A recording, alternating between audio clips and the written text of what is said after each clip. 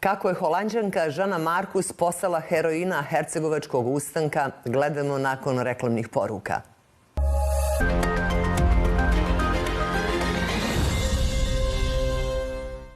Naša istorija prebogata je hrabrim, autentičnim ličnostima, junacima i vojskovođama. O nekima od njih znamo gotovo sve, o njima se uči u udžbenicima i istorijskim čitankama. O drugima znamo malo ili ništa. Jedna od takvih živopisnih, ali široj javnosti nepoznatih ličnosti je Žana Markus, Holanđanka koja se borila protiv Turaka u slavnom hercegovačkom ustanku. Život ove po svemu nesvakidašnje žene dostojan je filmske priče. Sanja Pešut donosi samo jedan njen mali dio. Trebinsko selo Ljubovo i ostrvo Java u Indoneziji dijeli više od 10.000 kilometara. Ali u septembru 1839. u gotovo istom danu na različitim krajevima svijeta rodile su se dvije ličnosti koje će na neobičan način spojiti hercegovački ustanak. Vojvoda Mićo Ljubibratić i Žana Markus. Bila je to kćerka generalnog guvernera Zapadne Indije, tadašnje holandske kolonije. René Gremo, holandski antropolog i istoričar, istraživao je balkanski fenomen žena koje su se zavjetovale da žive kao muškarci, kada je slučajno u jednoj fusnoti našao podatke o Žani Markus i od tada sav rad posvećuje istraživanju njenog života.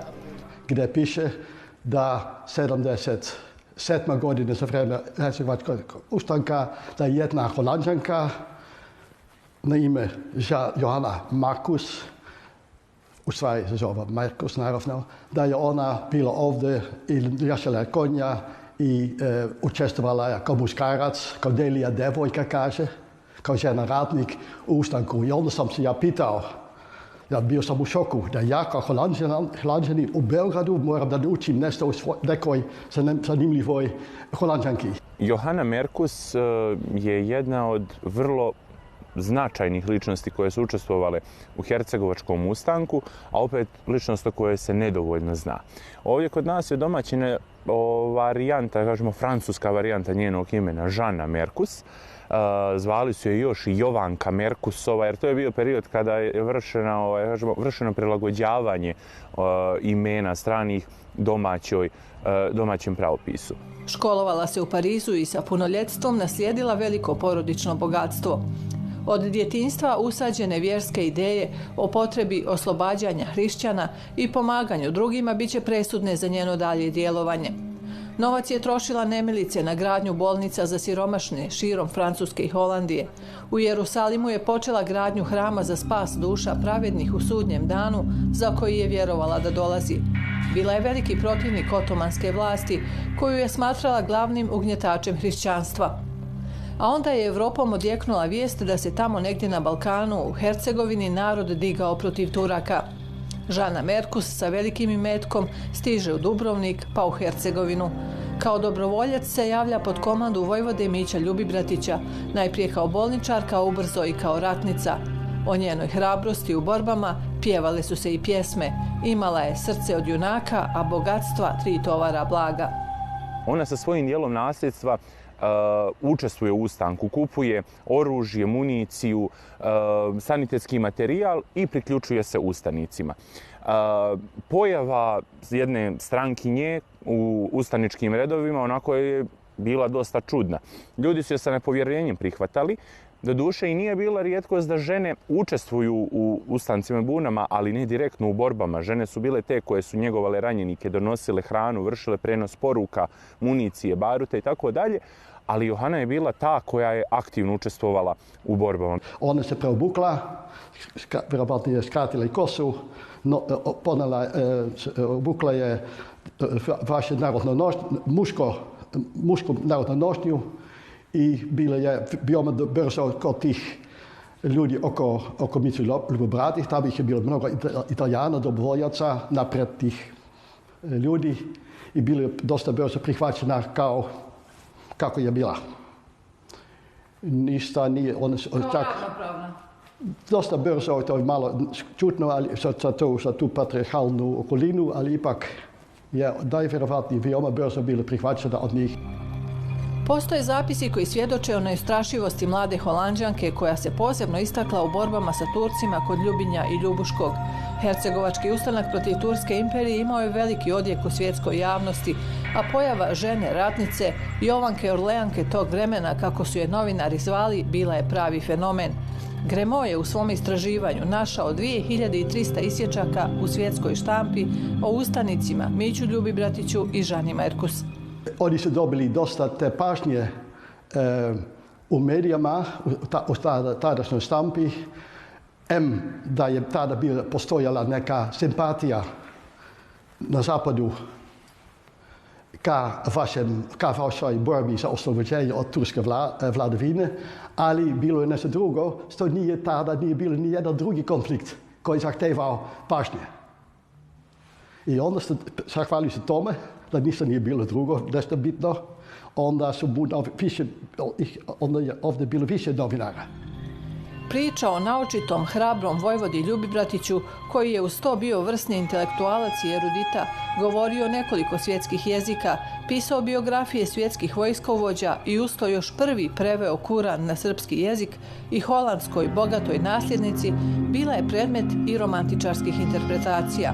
Baš poput ove iz jugoslovenskog filma Nevesinjska puška iz 1963. Dobro večer.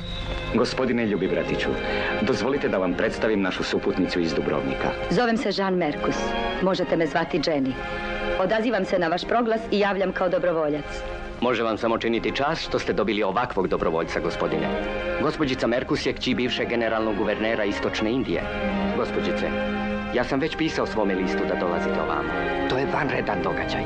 Cijela Evropa će samo o vama govoriti. Prva žena dobrovoljac u Hercegovini. Istina je, kažu istoričari, ipak bila drugačija. Žana Merkus nije bila lijepa i nježna dama, kako su je neki prikazivali, nego muškobanjasta buntovnica tamne puti, koju je naslijedila od majke Indonežanke. Istorija negira i mogućnost bilo kakve romantične veze sa vojvodom, koji je u to vrijeme bio oženjen i odan svojoj porodici.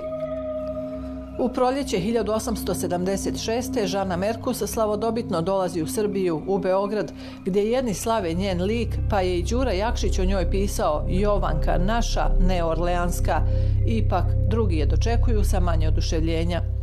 Mišljenje javnosti bila podijeljena. Neki su bili oduševljeni strankinjom koja na srpskom jeziku ih pozdravlja sa riječima ja vam blagodarim na ovome, nosi kapu za vratu, dok, na primjer, Slobodan Jovanović, koji je zapisao riječi tadašnjih savremenika tog događaja, rekao je da je to sve njemu više ličilo na maškare i na poklade, da nije baš bio oduševljen tom prilikom. Pokušaj da u Beogradu formira odred stranaca koji bi se borili na strani ustanika nije uspio. Učestvovala je sa srpskom vojskom u borbama protiv Turaka na Drini, ali pojedinim srpskim generalima nisu se sviđale njene ambicije i miješanje u komandovanje vojskom, a nedugo potom, uslijed diplomatskih i špijunskih spletki, srpska vlada je deportuje iz zemlje, nakon čega počinje i njen životni pad. Luta nekoliko godina od svete zemlje preko Holandije do Francuske, sada već siromašna i zaboravljena. Navodno je živjela ispod mostova Pariza kao klošar, ne znam da je to tačno, ali na kraju živjela svega u stvari 57 godina, ali godinu pred toga, pred smrti, ona je bila ovako su rođaci u Holandiji i prijatelji su nju doveli iz Pariza u Holandiju i bile smještena na kraju, prvo kod brata, a kasnije na kraju bile smještena u jednu dobrotvornu protestantsku žensku ustanovu.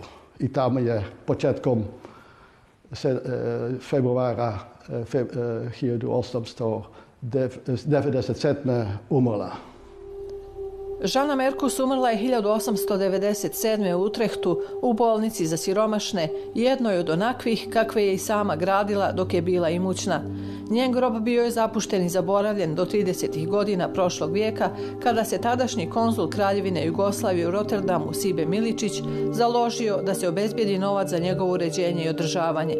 U Trebinju danas postoji ulica koja nosi ime Žane Merkus, istina ne u gradu nego u prigradskom naselju Otok, i to je jedino što podsjeća na ovu hrabru, jedinstvenu ženu koja je veliki dio svog bogatstva i života dala Hercegovini i srpskom narodu, a bio je to život vrijedan romana ili filmske priče.